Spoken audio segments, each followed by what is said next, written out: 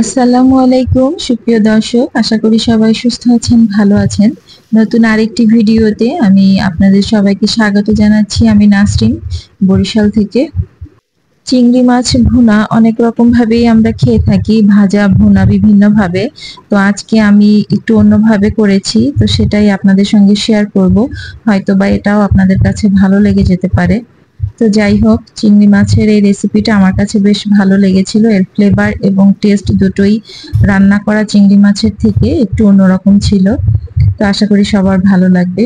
তো প্রথমে আমি শিলপাটায় চিংড়ি মাছগুলো একটু থেতো করে নিব। আপনারা চাইলে থেতো না করেও দিতে পারেন, তবে থেতো করে দিলে আমার কাছে মনে হয়েছে এভাবে যেহেতু রান্না করেছি, চিংড়ি মাছের ভেতরে সব ধরনের মশলাগুলো খুব ভালোভাবে প্রবেশ করেছে এবং প্রতিটি চিংড়ি মাছ কিন্তু খুব ভালোভাবে মানে মশলার সঙ্গে খুব ভালোভাবে মিশে গেছে। তো এই জন্য আমি একটু থেতো করে নিলাম। তো যতগুলো চিংড়ি মাছ নিয়েছি সবটাই আমি এভাবে একটু থেতো করে নিয়েছি। এরপরে আমি এটা একটু মাখিয়ে নিব। প্রথমে দিয়ে দিয়েছি পেঁয়াজ কুচি। পেঁয়াজ কুচি দিয়ে আমি একটু মরিচ দিয়েছি একটু বেশি করে, এটা বাটা মরিচ ছিল। প্রথমে 2 টেবিল চামচ দিয়েছি।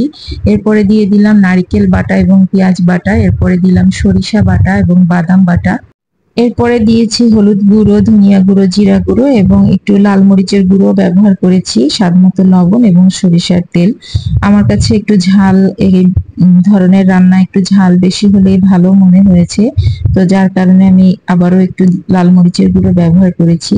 তো সরিষার তেল দিয়ে কিন্তু ভালোভাবে মাখিয়ে নিতে হবে, আর এই রান্নাটায় অবশ্যই সরিষার তেলটাই ব্যবহার করতে হবে, এতে করে রান্নার প্রপার টেস্টটা আপনি পাবেন। তো ঝালের পরিমাণ আমি আরো একটু বাড়িয়ে দিলাম। বাটা মশলা আরো 1 টেবিল চামচ আমি এখানে অ্যাড করেছি। তো এটা আপনাদের ইচ্ছা মতন, যদি পছন্দ করেন ঝাল খেতে তাহলে দিবেন। তো আমার কাছে মনে হচ্ছিল একটু ঝাল ঝাল বেশি হলেই ভালো লাগবে, তো যার কারণে আমি ঝালটা আবারও অ্যাড করেছি। তো এটা মাখিয়ে রেখেছি আমি 30 মিনিটের মতন। এরপরে আমি একটা তাওয়া নিয়েছি, লোহার তাওয়া দেখতে পেয়েছেন। সেটার ভেতরে একটা ফয়েল পেপার দিয়ে আমি মাছটা খুব ভালোভাবে বিছিয়ে দিয়েছি। আমি ফয়েল পেপার দিয়ে ভালোভাবে এটা পেঁচিয়ে নিচ্ছি। আমি এটা আরো একটা ফয়েল পেপার দিয়ে, ডাবল ফয়েল পেপার দিয়ে আমি এটা ভালোভাবে ফোল্ড করে নিয়েছি। আপনারা চাইলে এখানে কিন্তু কলা পাতা ইউজ করতে পারেন।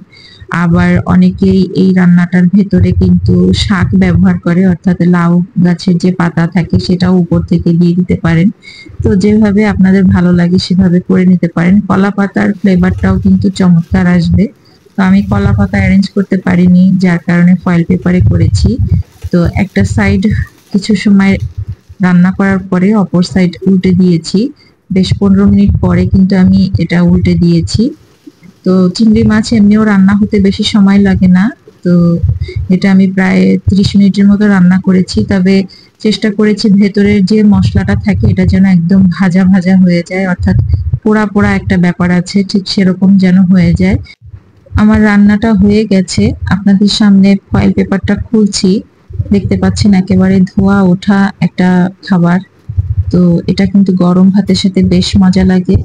তো আশা করি ভিডিওটি সবার ভালো লাগবে। আর এই খাবারের চেহারাটা নিশ্চয়ই আপনাদের কাছে খুব লোভনীয় লাগছে। আমি এরপরও নাগামরিচ ব্যবহার করেছি। আসলে আমার কাছে ঝাল এত ভালো লাগে, আমি এত পরিমাণ ঝাল দিয়ে তারপরও আবার ঝাল নিয়েছি। তো যাই হোক, এটা আপনারা আপনাদের পছন্দ মতন নিয়ে নেবেন। তো আশা করি ভিডিওটি সবার ভালো লেগেছে, আর ভালো লাগলে অবশ্যই আমার চ্যানেলের সঙ্গে থাকবেন। সবাই সুস্থ থাকবেন, ভালো থাকবেন। আল্লাহ হাফেজ।